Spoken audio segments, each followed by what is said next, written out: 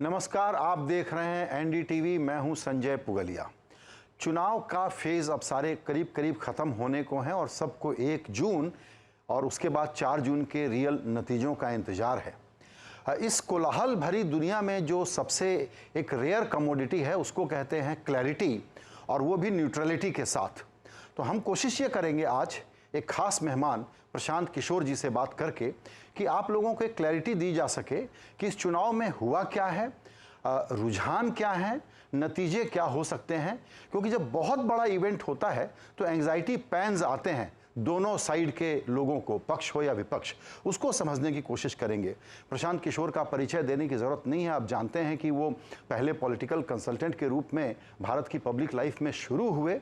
उसके बाद उन्होंने ये काम छोड़ा और इस वक्त बिहार में एक अभियान चला रहे हैं, जन स्वराज अभियान, जो कि अगले साल विधानसभा का जब चुनाव होगा उसमें एक पार्टी में तब्दील करेंगे और बिहार की राजनीति में एक बड़ा बदलाव हो सकता है। उस पर आखिर में चर्चा होगी। शुरू करते हैं यहाँ से। प्रशांत किशोर जी, आपके साथ समय निकाला आपने, आपका बहुत शुक्रिया। पहला सवाल यही है, एक ही सवाल पूछ रहे हैं लोग, 4 जून का नतीजा क्या होगा?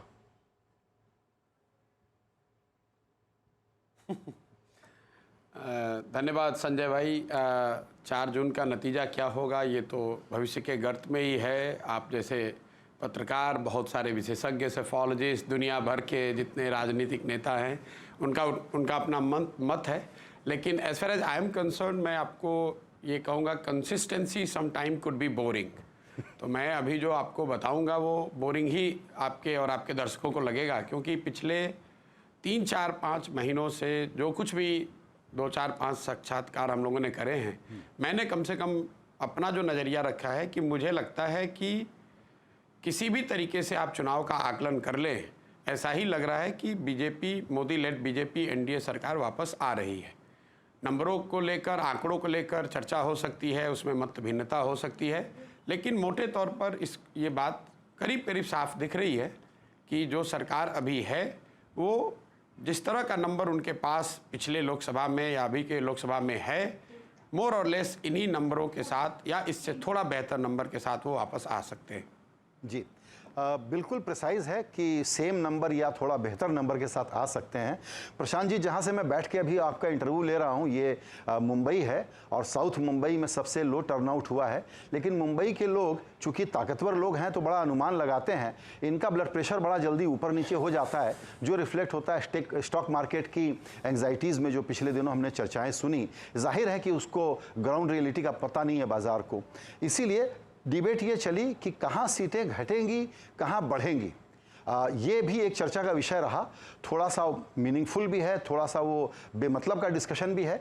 लेकिन ये सवाल आपसे पूछना ज़रूरी है कि सीटें कहाँ बढ़ेंगी और फिर चर्चा करेंगे कि कहाँ घट सकती हैं। देखिए, यहाँ आपको एक चीज़ समझना जो हम लोगों को ज़रूरी है कि मार्केट भी जो है वो विजडम ऑफ क्राउड को दिखाता है। Millions of people, investors and otherwise अपनी समझ से या फाइनेंशियल एनालिस्ट या एडवाइजर्स की समझ, उनकी मदद से एक डिसीजन लेते हैं और उनका एक कंबाइंड जो जजमेंट है वो मार्केट के रूप में आपको हमको दिखता है। उसी तरीके से जो चुनाव भी जो है वो भी विजडम ऑफ क्राउड है। So when this two ecosystems are trying to second guess each other, तो आपको थोड़ी बहुत टर्बुलेंस दिखेगी। मार्केट को जो लोग चला रहे हैं या जो उसके पार्टिसिपेंट हैं वो मिलियंस में है, वो सेकेंड गेस करने की कोशिश कर रहे हैं कि जो मिलियंस ऑफ लोग वोट करने जा रहे हैं वो कैसे करेंगे। तो जो मार्केट की एनोलॉजी है कि when you will keep changing your stance और trying to gauge which side market is going basis the numbers going up and down, then you are more likely to make mistake than get it right. Same चीज़ यहाँ पर भी लागू होती है। अगर आप चुनाव को minute to minute, day to day, week to week के बेसिस पर रनिंग कमेंट्री के तौर पर देखेंगे और ये गेस करने की कोशिश करेंगे कि चुनाव किधर जा रहा है, तो मेरा अपना मानना है कि आप you will behave more like a day trader. तो और डे ट्रेडर्स का फेट क्या है वो आपको, हमको, दुनिया को पता है, डॉक्यूमेंटेड है। तो मुझे ऐसा लगता है कि rather than going by that we should look at the basic fundamentals. Basic fundamental, अगर आप जो भी इनकम्बेंट सरकार है, अगर सरकार के प्रति, उसके मुखिया के प्रति लोगों में गुस्सा है तो एक संभावना बनती है कि कोई विकल्प हो न हो, लोग ये कह सकते हैं कि भाई हमें तो आपको हटाना है। अभी तक जो हम लोगों ने कमेंट्री सुनी है, पक्ष विपक्ष दोनों ही तरह की ओर से किसी ने अभी तक इस तरह की सिस्टमेटिक बात नहीं बताई है कि लोगों में मोदी जी के खिलाफ बहुत गुस्सा है कि इनको हटाना है। डिसअपॉइंटमेंट हो सकता है, थोड़ी बहुत दबी हुई नाराज़गी भी हो सकती है, लोगों की जो आशा अपेक्षा रही है, संभव है किसी की पूरी हुई, किसी की नहीं हुई, लेकिन वाइड स्प्रेड एंगर की बात अभी तक हम लोगों ने नहीं सुनी है।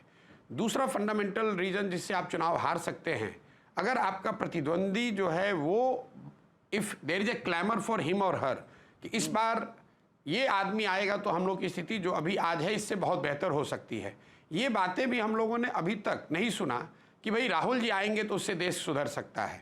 कुछ लोग जरूर उनके समर्थक कहते हैं, मैं वाइड स्प्रेड बात कह रहा हूँ। तो in absence of a wide spread anger against the incumbent और a clamour for somebody who is a challenger, मुझे नहीं लगता है कि कोई आमूल चूल परिवर्तन या कोई बहुत बड़ा परिणामों में जो परिवर्तन की लोग बात कर रहे हैं वो दिखेगा। दूसरा, अगर इसको आप आंकड़ों में देखें तो पूरे इंडिया को आप बड़े आसानी से राजनीतिक नज़रिए से ऐसे देख सकते हैं कि वेस्ट और नॉर्थ का जो एरिया है, जहां पर करीब करीब 325 सीटें हैं जो बीजेपी की 2014 से बीजेपी और एनडीए के पार्टियों का एक तरह से समझिए गढ़ रहा है, वहां करीब करीब 90% सीटें जो हैं वो बीजेपी या उनके साथी दल जीत कर आए हैं। और इंडिया को अगर आप ईस्ट और साउथ का जो एरिया है, जब मैं ईस्ट और साउथ कह रहा हूँ तो start with Bihar, add that to Bengal, Assam, Orissa, Telangana, Andhra Pradesh, Tamil Nadu और केरल, ये जो 225 के आसपास सीटें हैं, ये एरिया रहा है जहां पिछले 10 सालों में बीजेपी का प्रदर्शन उतना अच्छा नहीं रहा है। इन 225 सीटों में भाजपा के पास आज की तारीख में 50 से कम सीटें हैं। तो अगर बीजेपी को हारना है तो आपको कोई, अगर आप उसका आकलन करना चाहते हैं तो आपको कोई सेफोलॉजिस्ट होने की ज़रूरत नहीं, बस आपको ये देखना है कि क्या वेस्ट और नॉर्थ में जो उनकी बल्क ऑफ द सीट्स हैं, 250 सीट जो आई हैं, उसमें उनको कोई मटेरियल डैमेज हो रहा है कि नहीं। मेरा अपना जो अनुमान है, जो सारे कंजर्वेटिव अनुमानों को भी अगर आप साथ में ले लें, तो वेस्ट और नॉर्थ में बीजेपी को कोई मटेरियल डैमेज होता हुआ नहीं दिख रहा है। और दूसरी 2-3-5 महीनों से जो लोग राजनीति को फॉलो करते हैं, वो हम लोग जैसे लोग भी जो बता रहे हैं कि ईस्ट और साउथ में भाजपा की वोट शेयर और सीटें दोनों ही बढ़ रही हैं। मैं राज्यों का नाम मैंने आपको पहले ही बता दिया है। मुझे ऐसा लगता है कि भाजपा को इन चुनावों में उड़ीसा जैसे राज्यों में, तेलंगाना में, आंध्र प्रदेश में, बंगाल में, असम में, बिहार में, क्यूमुलेटिवली, मैं एक एक राज्य की अलग बात नहीं कर रहा हूँ, put together Tamil Nadu and Kerala, इन राज्यों में जितनी सीटें उनके पास है उससे 15-20 सीट बढ़कर आएगी और इन क्षेत्रों में भाजपा के वोट शेयर भी बढ़ेंगे। तो नेट स्टेटस को with A positive bias towards the incumbent, यानी कि जो उनकी स्थिति है उससे कुछ बढ़कर ही सीट आ सकती है, कम होने की संभावना मुझे बहुत कम दिखती है। जी बिल्कुल, आप एक बहुत ब्रॉड और बहुत कॉशस तरीके से बता रहे हैं कि 15-20 सीटें जहां हैं वहां से बढ़ सकती हैं और जो करंट नंबर है उससे थोड़ा ऊपर जा सकता है बीजेपी का नंबर जो है। तो जाहिर है कि इस वक्त जो चर्चाएं हैं वो ये है, एक वो होता है ना साइकोलॉजिकल मार्क दिमाग में बैठ जाता है, 303 है तो 304 के पार है तो एक नया रिकॉर्ड बनता है, 300 के नीचे है तो हम 90 बोलें, 280 बोलें, 272 बोलें, जो मैटर करता है वो 272 का नंबर है। तो ये जो इस वक्त गणित हो रहा है इसको आप ज़्यादा तवज्जो नहीं दे रहे हैं, जो लोग -300 की अलग अलग पिक्चर्स पेंट कर रहे हैं। देखिए, जो लोग राजनीति करते हैं, अगर भाजपा को कल होके 290 आ जाए या 295 आ जाए या 280 आ जाए, स्वाभाविक तौर पर वो आप पर आकर, आपके कैमरे पर आकर ये कह सकते हैं कि भाई मोदी जी ने 370 का दावा किया था, वो तो आया नहीं, उनको 280 आया, 285 आया। या उसी तरीके से जैसा आपने बताया, अगर 303 से ज़्यादा नंबर आ गया तो 310 आ जाए, 320 आ जाए, या ऊपर का नंबर क्या आएगा मैं जानता नहीं हूँ, तो भाजपा के लोग कहेंगे कि भाई हमारी जो संख्या थी उससे बढ़कर हमको बहुमत, हमको जनता का आशीर्वाद मिला है। लेकिन ये तो बहस का मामला है। संवैधानिक नज़रिए से सरकार बनाने के लिए 272 सीटें चाहिए और जिस किसी दल को या गठबंधन को 272 से ज़्यादा सीट आएगी वो सरकार बनाएगा। अगर भाजपा को कल मान लीजिए कि 273 या 275 सीट आता है, ऐसा तो होगा नहीं कि भाजपा के लोग कहेंगे कि भाई हमने प्रयास किया था, दावा किया था 400 का, हमें 275 आया, अब हम सरकार नहीं बनाएंगे, ऐसा तो होने वाला है नहीं। तो to cut the chase, what we should see is कि क्या इनके 275 से ज़्यादा सीट, 72 से ज़्यादा सीट आ रही तो क्योंकि संविधान में व्यवस्था वही बनाई गई है कि जिसको भी 272 से ज़्यादा सांसद जीत कर आए वही सरकार बनाएगा। तो बातें तो चलती रहेंगी, राजनीति है, चलता रहेगा। फिर मैं वही आपको बात कहूंगा, अगर मार्केट चल रहा है, मार्केट ऊपर जाए तो भी कमेंट्री होगी, नीचे आए तो भी कमेंट्री होगी, मार्केट में टर्बुलेंस होगा तो भी कमेंट्री होगी, मार्केट में बीटा कम हो जाए तो भी लोग कमेंट्री करेंगे कि तो कमेंट्री करने वाले तो करते रहेंगे। लेकिन सरकार बनने के नज़रिए से मैं कोई रिस्क नहीं देखता हूं। बीजेपी मोदी जी के नेतृत्व में एनडीए जो गठबंधन है वो वापस सरकार में लौटते हुए दिख रहे हैं। बिल्कुल, आपने ठीक कहा कि मामूली चेंजेस भी जब ऐसी परिस्थितियों में होते हैं तो हम लोग उसको एम्पलीफाई कर देते हैं, या तो जिनके अपने आग्रह हैं वो, या मीडिया में चूंकि हमको खबरें बनानी होती हैं वो। एक बात और, पिछले जितने चुनाव हुए हैं जब से मोदी लेड बीजेपी इमर्ज होकर के सामने आई है, तो क्या ये कहना मुनासिब होगा कि दरअसल चुनाव के पहले बीजेपी हमेशा कितने भी सर्वे कर लिए गए हों, अंडर एस्टिमेट की गई है, उसने सरप्राइज किया है तो अपसाइड में सरप्राइज किया है एक्चुअल आउटकम में?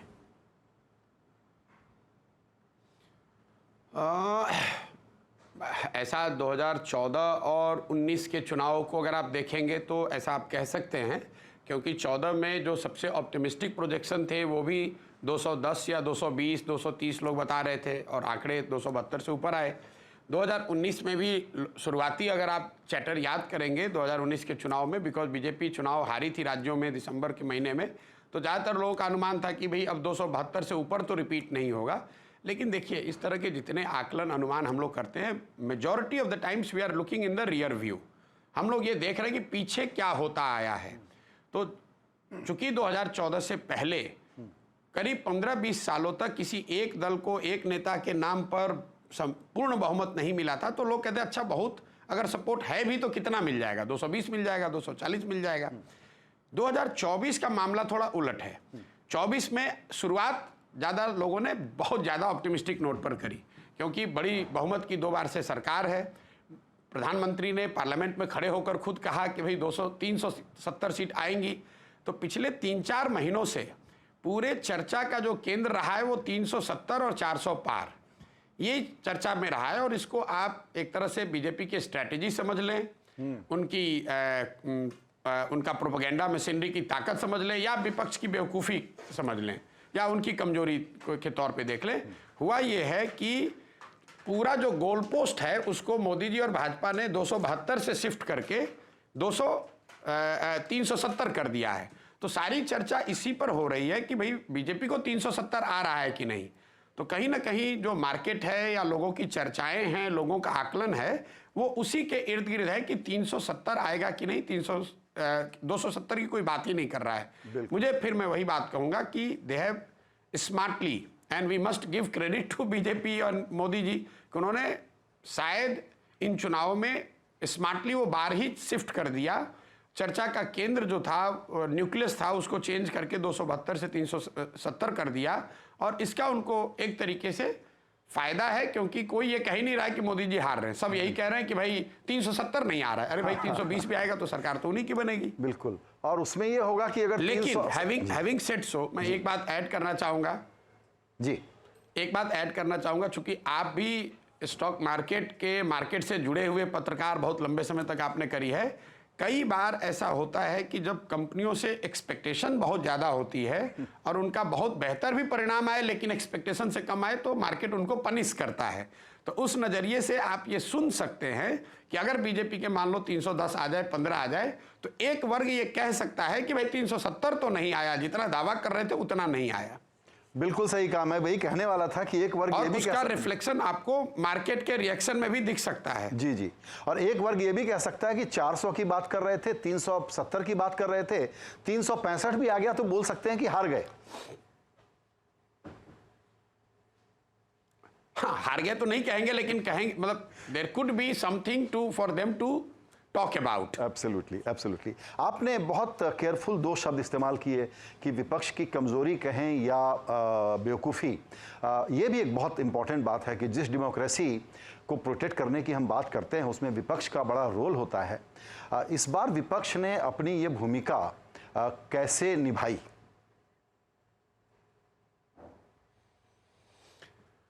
देखिए, लोकतंत्र में मैं हमेशा कहता हूं, भारत जैसे देश में जहां 60% से ज़्यादा लोग सारे विकास के दावों और प्रयासों के बावजूद आज भी हम लोग के देश में 60% से ज़्यादा लोग दिन में 100 रुपया नहीं कमाते हैं। ऐसी परिस्थिति में आप ये तो कह ही नहीं सकते कि देश में विपक्ष नहीं है, सारे लोगों की ज़िंदगी सुधर गई, हर व्यक्ति सरकार से, व्यवस्था से खुश है। ये तो हो ही नहीं सकता है। ये बात मैं हमेशा ही दोहराता हूँ। इंडिया की अगर आप इंडिपेंडेंट इंडिया की हिस्ट्री देखेंगे, कोई सिंगल पार्टी आज तक यहाँ 50% भी मत लेकर नहीं आया है देश के स्तर पर। तो ये आपको दिखाता है सिंपल शब्दों में कि जिस कभी दौर में, जिस किसी दिन को कभी भी जब चुनाव हुआ है, तो जो लोग वोट देने गए उसमें सरकार के पक्ष से ज़्यादा विपक्ष वाले लोग रहे हैं। लेकिन we have in India first past post system. यहाँ पर अगर जो इसको सबसे ज़्यादा वोट आया, वो चाहे 31% आया 2014 में मोदी जी को या 38% आया 2019 में, अगर सबसे ज़्यादा वोट जो पार्टिसिपेंट थे उनमें से आया उनको, तो सरकार तो उन्हीं की बनेगी। मुझे ऐसा लगता है कि ये बहुत मायने नहीं रखता है, विपक्ष तो रहेगा ही। हम नागरिक होने के नाते हम लोग के लिए ये अच्छी बात है कि देश में विपक्ष है। और अगर आप देखेंगे सरकार बन भी जाएगी, चाहे वो 310 से बने, 280 से बने या 340 से बने, देश में विपक्ष कमजोर होने वाला नहीं है। अभी जो बहुमत की सरकार चल रही है, भाजपा के 303 सांसद हैं, एनडीए के ऑलमोस्ट 350 हैं। मोदी जी ने कई इंटरव्यूज में ये भी कहा कि अगर आप कुछ साथी दलों को मिला लें तो हम लोग के पास तो पहले से भी 400 थे।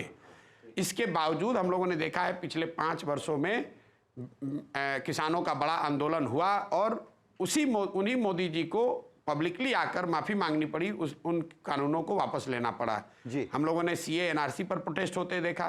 तो विपक्ष कभी कमज़ोर नहीं हो सकता है और इस तरह के मुद्दे आगे भी आते रहेंगे। सरकार में जो लोग जीत कर आ रहे हैं, अगर आप मेरे से पूछेंगे, बिन मांगी सलाह है, लेकिन अगर आप जीत कर आ रहे हैं तो they have to be careful कि जिस तरह के माहौल में चुनाव जीत कर सरकार बन रही है या बनने जा रही है, आप पब्लिक डिसेंट को अंडरमाइन नहीं कर सकते हैं, क्योंकि रूरल डिस्ट्रेस और बढ़ती हुई इनइक्वालिटी और बेरोजगारी, ये 3 बहुत बड़े मुद्दे धीरे धीरे नीचे जमीन पर मुझे लग रहा है कि सरकार के लिए परेशानी का कारण बन सकते हैं। आप बिल्कुल ठीक कह रहे हैं प्रशांत जी, इसीलिए मेरा सवाल था कि विपक्ष को थोड़ा सा और स्पेसिफिक कर दें कांग्रेस की तरफ। और मेरी कोई ऐसी मंशा नहीं है कि हम बिना मतलब का किसी का क्रिटिसिज्म करें, लेकिन ये जो अपॉर्चुनिटी थी थर्ड टाइम इनकम्बेंसी वाली, कांग्रेस इस गेम को अच्छा खेल सकती थी, इंडिया अलायंस अच्छा बन सकता था, जो लॉस्ट अपॉर्चुनिटी का केस मुझे दिखता है। क्या मेरा ये कहना सही है?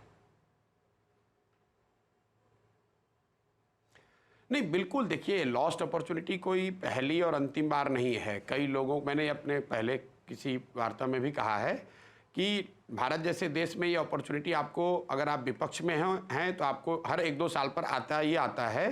कोई ना कोई आपको मौका मिलेगा कि विपक्ष के नाते आप अपने आप को रिसरेक्ट कर सकते हैं। और जो विपक्ष, कांग्रेस लेड विपक्ष हम लोग के यहाँ है, इनके पास भी ये मौका 2014 के बाद से, मैंने आंकड़ों से, प्रिसाइज डेट से बताया है, 3 ऐसे अवसर तो मुझे दिखते हैं जो कि 12 महीने से 15 महीने का दौर रहा है, जिसमें भाजपा या मोदी जी या उनकी सरकार बैकफुट पर रही, लेकिन विपक्ष उसको भुना नहीं पाया। आपको याद होगा 2014 में जब ये सरकार जीत कर आई पहली बार, 2015 में जनवरी में आम आदमी पार्टी दिल्ली में चुनाव जीती और 2015 उसी साल नवंबर में बिहार में चुनाव में भाजपा को करारी शिकस्त मिली। मतलब पूरा जो 2015 का महीना है, 2015 का साल है, और अगले 2016 मई तक जब बंगाल, असम, तमिलनाडु के चुनाव हुए, वो करीब करीब 18 महीनों में भाजपा को कहीं सफलता, चुनावी सफलता नहीं मिली। सिर्फ किसी भी तरह अलायंस की मदद से, गठबंधन के मदद से असम में वो जीत उनको हासिल हुई। वो 15 महीने का समय था कांग्रेस के पास या विपक्ष के पास, क्योंकि मोदी जी तब नए थे, तब ये कल्ट इमेजरी बननी शुरू हुई थी या नहीं बनी थी, तब सत्ता या पूरे व्यवस्था पर इतना कंट्रोल नहीं था। उनके भी जो मुरीद थे उनको भी शायद इतना विश्वास नहीं रहा होगा। आपके पास समय था अर्ली बाउंस बैक करने का। उस समय कांग्रेस और उनके साथियों ने उस तरह का प्रयास नहीं किया।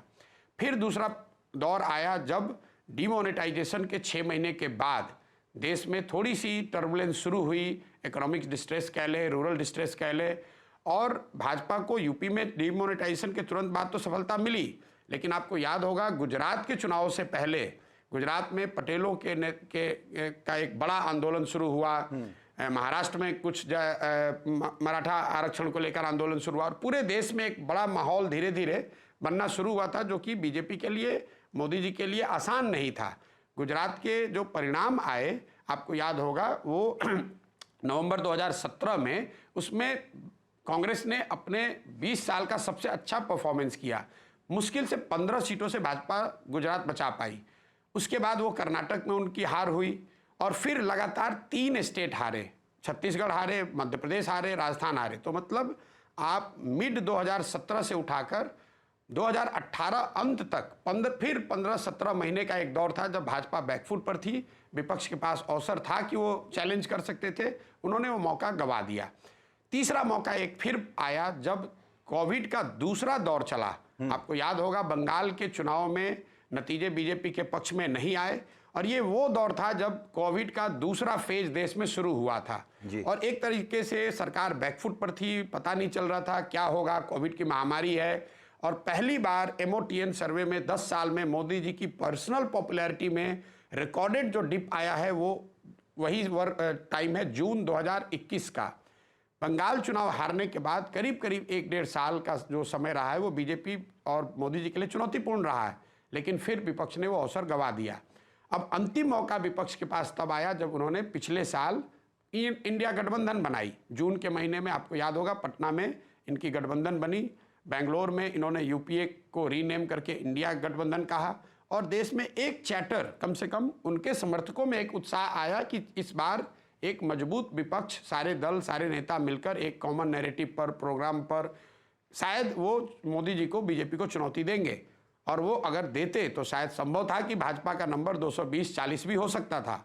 लेकिन गठबंधन बनने के बाद हमने जो पूरे देश ने देखा, 4 महीने तक उन्होंने नामकरण तो किया, लेकिन उसके बाद ना उसका कोई प्रोग्राम हुआ, ना उनके सीटों के गठबंधन फाइनल हुए, ना कोई ऐसा ग्राउंड पे प्रयास किया गया। कांग्रेस ने प्राइमरली जो उनकी सोच थी, मैं जो समझ पा रहा हूं कि राज्यों के चुनाव जो नवंबर-दिसंबर में थे, उनका ऐसा मानना था, उनके लोग बता रहे थे कि वो राज्यों के चुनाव जीत जाएंगे। तो उनको ऐसा लगा कि इंडिया गठबंधन बन गया, अब अगर हम राज्यों के चुनाव जीत जाते हैं तो we will have upper hand vis a vis allies, we would be able to manage India गठबंधन फ्रॉम पोजीशन ऑफ स्ट्रेंथ। उस चक्कर में उन्होंने अपने ही द्वारा बनाई गई इंडिया अलायंस को 4-5-6 महीने तक ठंडे बस्ते में डाल दिया और वो क्रूशियल टाइम है जब मोदी जी और भाजपा, उन्होंने धीरे धीरे अपना लॉस्ट स्पेस गेन कर लिया। और जनवरी में जब राम मंदिर का जो सेरेमनी हुई, उसके बाद से तो 2 महीने तक करीब करीब विपक्ष ने बिना किसी वजह के एक तरह से हथियार ही डाल दिया कि भैया अब तो कुछ बचा ही नहीं है। जब तक फरवरी में वापस जगे, उनको लगा कि नहीं, देश में है विपक्ष, कुछ किया जा सकता है, तब तक शायद बहुत लेट हो चुका था। इस तरह से आप कह सकते हैं कि ये मौका भी उनके हाथ से निकल गया। बिल्कुल, ये बहुत ही कॉम्प्रिहेंसिव एनालिसिस आपने किया। आप देखते होंगे जब जो जमीन पर आपके जमीन पर जो पत्रकार जा रहे हैं, लोग क्या कह रहे हैं कि जो लोग नाराज भी हैं, जो लोग डिसअपॉइंटेड भी, वो क्या कह रहे हैं कि लेकिन सामने है कौन। एग्जैक्टली ये जो स्टेटमेंट है सामान्य आदमी का कि सामने है कौन, ये दिखाता है आपको किसी प्रशांत किशोर की जरूरत नहीं है। ये सबसे बड़ा वैलिडेशन है या सबसे बड़ा असेसमेंट है। एक लाइन, एक सामान्य आदमी का ये कहना कि मैं बहुत परेशान हूं, गरीब हूं, बेरोजगार हूं, मुझे दिक्कत है, लेकिन सामने है कौन, ये दिखाता है कि विपक्ष अपने तरह से, चाहे उन्होंने जितना भी प्रयास किया हो, जनता को यही दिख रहा है कि विपक्ष की ओर से कोई क्रेडिबल फेस, नैरेटिव या अल्टरनेटिव उनके सामने नहीं है। बिल्कुल, ये बहुत ही गंभीर समस्या रही इनके सामने और ये कहना शायद गलत नहीं होगा अगर मैं ये कहूं कि इस बार विपक्ष, जो कि बेसिकली कांग्रेस लेड है, उसको लगा कि ये चुनाव सोशल मीडिया पे हो गया है और वहां हम जीत रहे हैं, उसके कारण ग्राउंड पे कोई ये सवाल पूछता है कि भाई सामने है कौन। समय मेरी सीमा है इसमें, लेकिन एक अंतिम सवाल बहुत ज़रूरी है आपसे प्रशांत जी, वो ये है कि पिछले 2 साल से आप बिहार में घूम रहे हैं और आप अगली विधानसभा चुनाव, जो अगला विधानसभा चुनाव होगा, उसमें आप एक पार्टी के रूप में चुनाव लड़ रहे होंगे। मैं पर्सनलाइज करूं इस सवाल को तो ये कहना चाहता हूं कि मैं अपना परिचय देता हूं कि मैं बाय रेस बिहारी हूं, तो मेरी बड़ी दिलचस्पी है कि बिहार में क्या बदलेगा, क्योंकि वो अल्ट्रा डेमोक्रेटिक स्टेट है और आप एक थर्ड फैक्टर के रूप में उतरेंगे 2025 में। देखिए, आप बिहार के होने हैं उस नाते भी है, अदरवाइज भारत के जितने भी लोग हैं जिनकी सेंसिटिविटी है, उन क्षेत्रों के बारे में, उन लोगों के बारे में जो विकास के दौर में शायद कहीं ना कहीं पीछे छूट गए हैं। बिहार वो भूभाग है देश का जो देश का आज भी सबसे गरीब और पिछड़ा राज्य है। 10 साल मैं पहले संयुक्त राष्ट्र संघ में था, 10 साल फिर मैंने जो काम किया जिसको आप लोग राजनीतिक रणनीतिकार, प्रबंधक, कंसल्टेंट जो भी कह लें, 20 साल के अपने अनुभव और जो मेरी क्षमता बनी, समझ बनी, उसके बाद मैंने ये तय किया कि बिहार के होने के नाते मुझे ये प्रयास करना चाहिए कि उस राज्य में परिवर्तन हो। और मैंने मेरी जो भी समझ है वो सारी समझ, it's all anchored in what Gandhi has taught and preached. और मुझे ऐसा लगता है कि बिहार में अगर सुधार आना है तो वो किसी दल को क्रिटिसाइज करने से, किसी व्यक्ति विशेष को गाली देने से या किसी पर जिम्मेवारी थोपने से नहीं होगा। कहीं ना कहीं समाज के स्तर पर जब तक वो प्रयास नहीं होगा, कहीं ना कहीं जब तक बिहार के लोग ये नहीं समझेंगे कि अगर उनको अपनी स्थिति सुधारनी है तो जिस तरीके से वो वोट करते हैं, जिस तरीके से और जिन लोगों को अपने प्रतिनिधियों के तौर पर चुनते हैं, उनमें उनको परिवर्तन लाना पड़ेगा। इस परिप्रेक्ष्य से मैं बिहार में पिछले 2 साल से गांव-गांव घूम रहा हूं और करीब 4800 गांवों में तो मैं गया हूं, रहा हूं, लोगों से बात करी है। काम मैं वही कर रहा हूं जो पहले कर रहा था। पहले मैं नेताओं को, दलों को ये बताता था, मदद करता था, सुझाव देता था कि किस तरह से वो अपने संगठन को मजबूत कर सकते हैं, किस तरह की नैरेटिव के साथ वो पब्लिक में जा सकते हैं, किस तरह के प्रयास से उनको बेहतर वोट मिल सकता है। सिर्फ मैंने अपना कैनवस बदल दिया है। अब मैं किसी दल और नेता को सुझाव नहीं दे रहा हूं, मैं अब बिहार की जनता को ये सुझाव दे रहा हूं। नेचुरली ये थोड़ा आपको ज़्यादा क्योटिक दिख सकता है क्योंकि कैनवस बड़ा है, लेकिन प्रयास यही है कि लोगों को ये जाकर बताया जाए कि आप में ये क्षमता है, आप अपने बीच से ऐसे लोगों को निकाल सकते हैं, संगठित हो सकते हैं और जनसुराज या प्रशांत किशोर आपकी मदद करेंगे। आप साथ में आइए ताकि आपके बच्चों का जीवन सुधरे। मेरे जीवन का मैंने अब लक्ष्य जो बनाया है, 10 साल के नज़रिए से मैं अपना जीवन तय करता हूं। 10 साल मैं संयुक्त राष्ट्र संघ में था, 10 साल मैं चुनावी रणनीतिकार था। अब 10 साल कम से कम मैं अपने बिहार के लिए देना चाहता हूं। मेरा लक्ष्य है कि अगले 10 साल में बिहार में वो व्यवस्था बने ताकि बिहार भी अगले 10 वर्षों में देश के 10 अग्रणी राज्यों में शामिल हो सके। बहुत इंटरेस्टिंग प्रयोग है और गांधी के सिद्धांतों की बुनियाद पर है। हम आपको अपनी शुभकामनाएं देना चाहेंगे। समय की कमी है वरना और बात करते। अंत में यही कहना है कि इस चर्चा का जो निचोड़ है, चूंकि चुनाव के संदर्भ से बात शुरू हुई थी, कि प्रशांत किशोर क्लियर राय दे रहे हैं कि जितनी सीटें हैं बीजेपी की 300 या 300 के ऊपर, इनका मोटा मोटा अनुमान यही है। प्रिसाइज नंबर तो कोई जाहिर कर नहीं सकता, वो भारत के चुनाव में संभव भी नहीं है। लेकिन प्रशांत जी, आपकी बहुत ही क्लियर और निरपेक्ष भाव वाली इस एनालिसिस के लिए बहुत शुक्रिया। बहुत बहुत धन्यवाद।